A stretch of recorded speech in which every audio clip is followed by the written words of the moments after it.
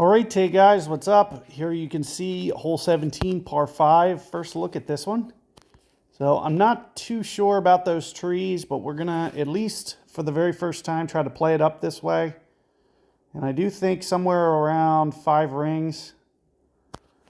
And you'll see that I'm bringing all that momentum to the right. Biggest thing, I'm gonna continue to curl it to the right a little bit because it looks like this is gonna roll out to the left. So I do want to kind of get all that momentum going to the right. So let's see what this looks like. And it looks like we are able to hold the fairway. But like I said, I wanted to see how it looks with relation to the trees because I want to know, is this a reasonable, and it looks like the trees do get in the way. So you do got to be a little bit careful. Almost have to stay back here intentionally or get it way up here into these shadows. So you can see we kind of went into a dead range here, but this is one of the things that I wanted to kind of test. And we are gonna, we are gonna get a little aggressive here.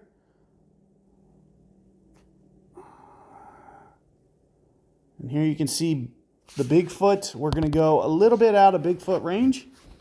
So we're gonna try to come at this with Pegasus. So I did want to at least, go up here. So in case you haven't seen this hole yet or want to know good strategy, I would say laying back and just keeping it to wood distance, maybe a little bit to the left so that tree's not blocking, could be ideal. Because the odds of you getting up to that shadowy region, you're going to need some really good clubs. I would think Fusion 7 would barely get up to there.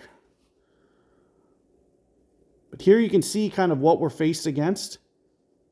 And it doesn't really look like any of this really ends up opening up, unfortunately. We're going to try. We are going to try. So if you do get yourself in this situation, here's kind of what I recommend. So first off, you'll see I'm going to play this maybe about 1 ring short here to kind of factor in the ball guide that's missing. And here it says 5 rings, so we're going to go off the green. I'm probably going to go the max adjustment, even though I'm not quite at max. Biggest reason for that is because we're going to try to do some kind of curl shot. So some kind of major curl shot on top. And it looks like we are able, we hit the imaginary tree. So do be very cautious. As you can see, we didn't even hit that tree and it hit that tree. So, not the best way to go here. We ended up hitting branches over here that weren't even visible.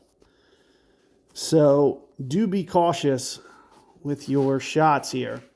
Now, we are going to try to still play this if we can. I'm thinking something along the lines of this.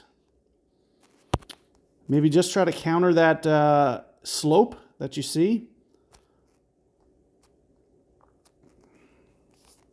We're going to play a very small shot arc here. I'd imagine like maybe 30-40% club. We're just going to kind of wing this since I don't have the max in the screen. If you guys could see, I couldn't see where max was.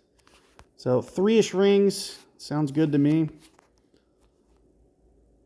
And the reason I know I couldn't see max is because I couldn't see the red line. It was cut out of view because it's out of bounds, unfortunately. So all we're going to try to do here, very small adjustment. I might even underpull that slightly. But since I don't know percentage, it's all kind of really a guess anyway. It looks like I probably should have stuck with it. Maybe gone just a little bit more. I think 309 was probably a little bit light in that situation. So, if you get yourself to a similar spot, at least it gives you kind of a starting point. But do try to avoid that longer tee shot. I know it looks appealing, but as you can see, this is a good video to demonstrate that it isn't. So good luck. I'll see you guys on the next one.